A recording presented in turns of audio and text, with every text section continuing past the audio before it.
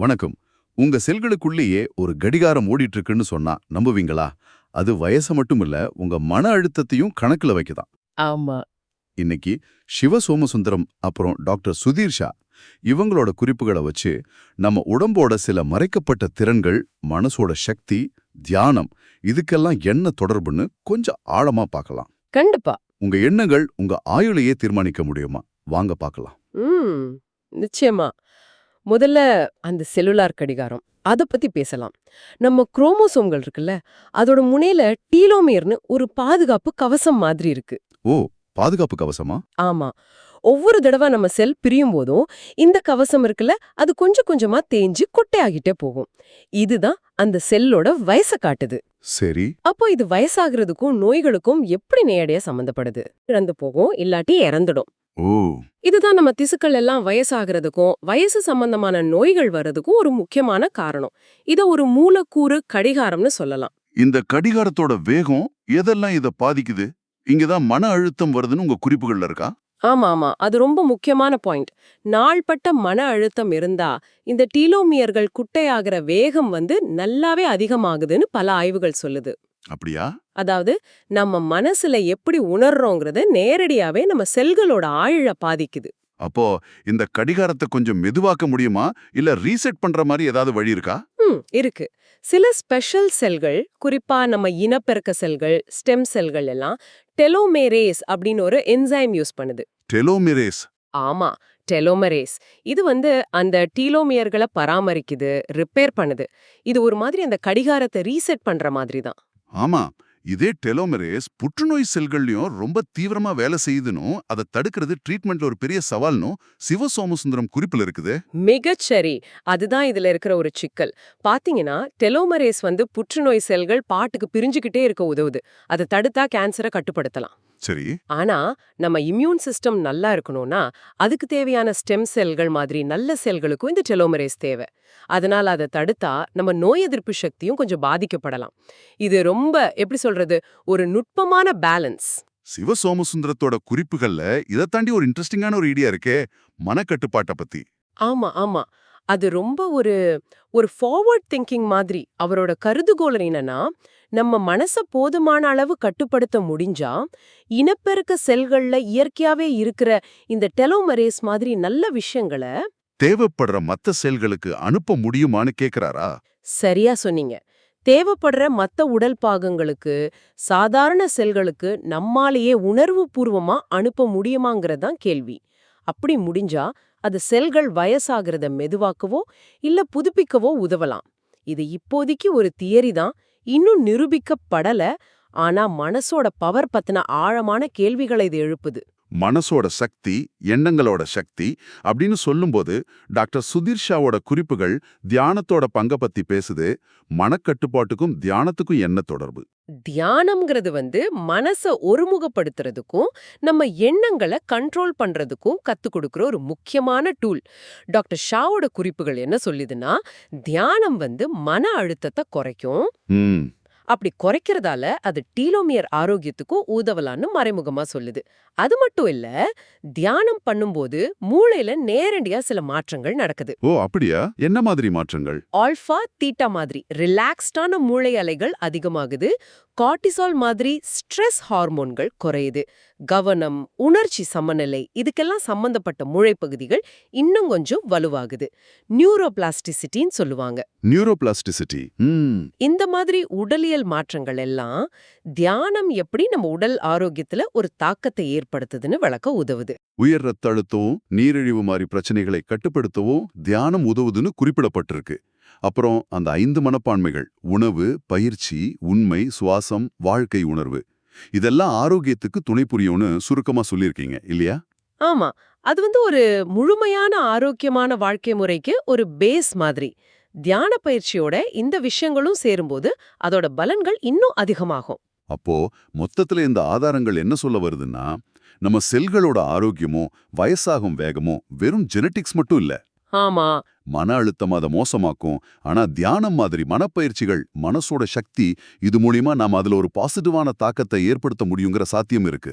சரியா சொன்னீங்க. அந்த சாத்தியக்கூறு வலுவா முன்வைக்கப்படுது. இந்த ஆதாரங்கள் சொல்ற ஒரு மைய கருத்து, நம்ம எண்ணங்களையும் நம்ம உள் மனநிலையையும் சரியா வழி நடத்தினா நம்ம செல்களோட கடிகாரமான டீலோமியர்களோட ஆரோக்கியத்துல ஒரு உண்மையான மாற்றத்தையே கொண்டு வர முடியுங்கிறது தான். இது உங்களுக்கு என்ன கேள்விகளை எழுப்புது? மனமே மருந்துங்கிற இந்த கருத்து உங்க பார்வையில எந்த அளவுக்கு உண்மையா இருக்க முடியும்? இத பத்தி கொஞ்சம் யோசிச்சு பாருங்க. All right, welcome to The Explainer. Today we are jumping into something truly mind-bending. This incredible, powerful link between what you think and feel and the actual aging process happening deep inside your cells. So let me just start with this idea. What if the key to a longer, healthier life wasn't some pill or some futuristic technology? What if that secret was already inside you, right now? That's the amazing possibility we're going to unpack today. Okay, so to really get a handle on how we could influence aging, you first have to know where it even starts. And it's not what you see in the mirror. No, we have to go way deeper.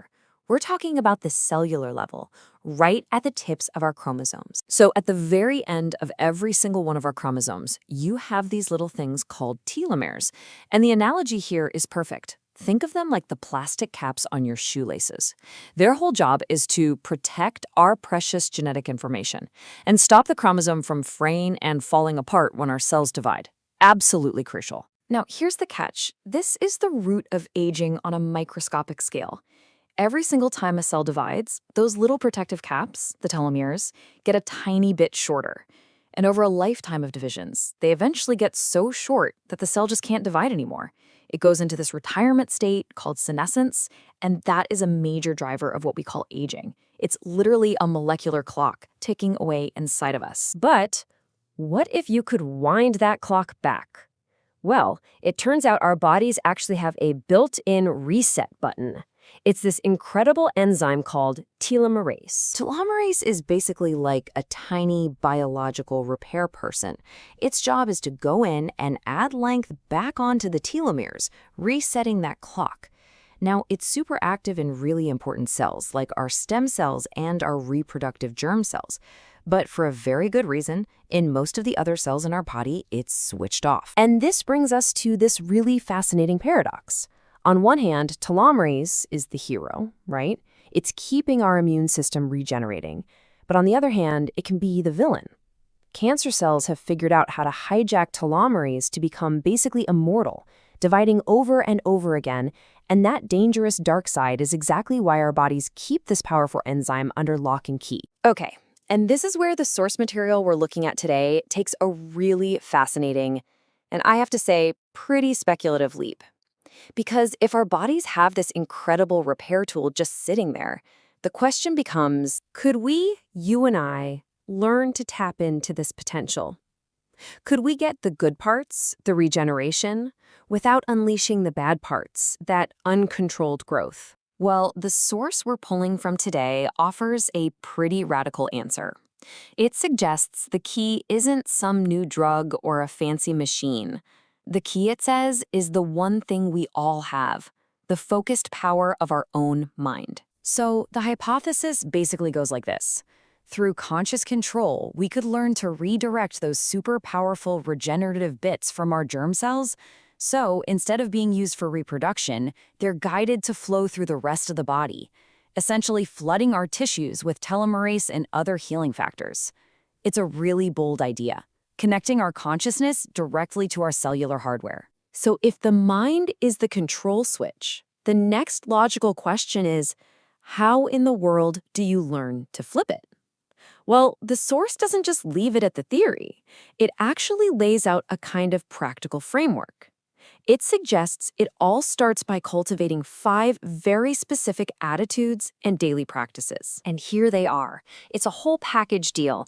A balanced raw food diet, training your mind with things like music and right thinking, a respect for truth, special breathing exercises, and then this 5th one, what the source calls life consciousness, which is all about joy, detachment, and meditation.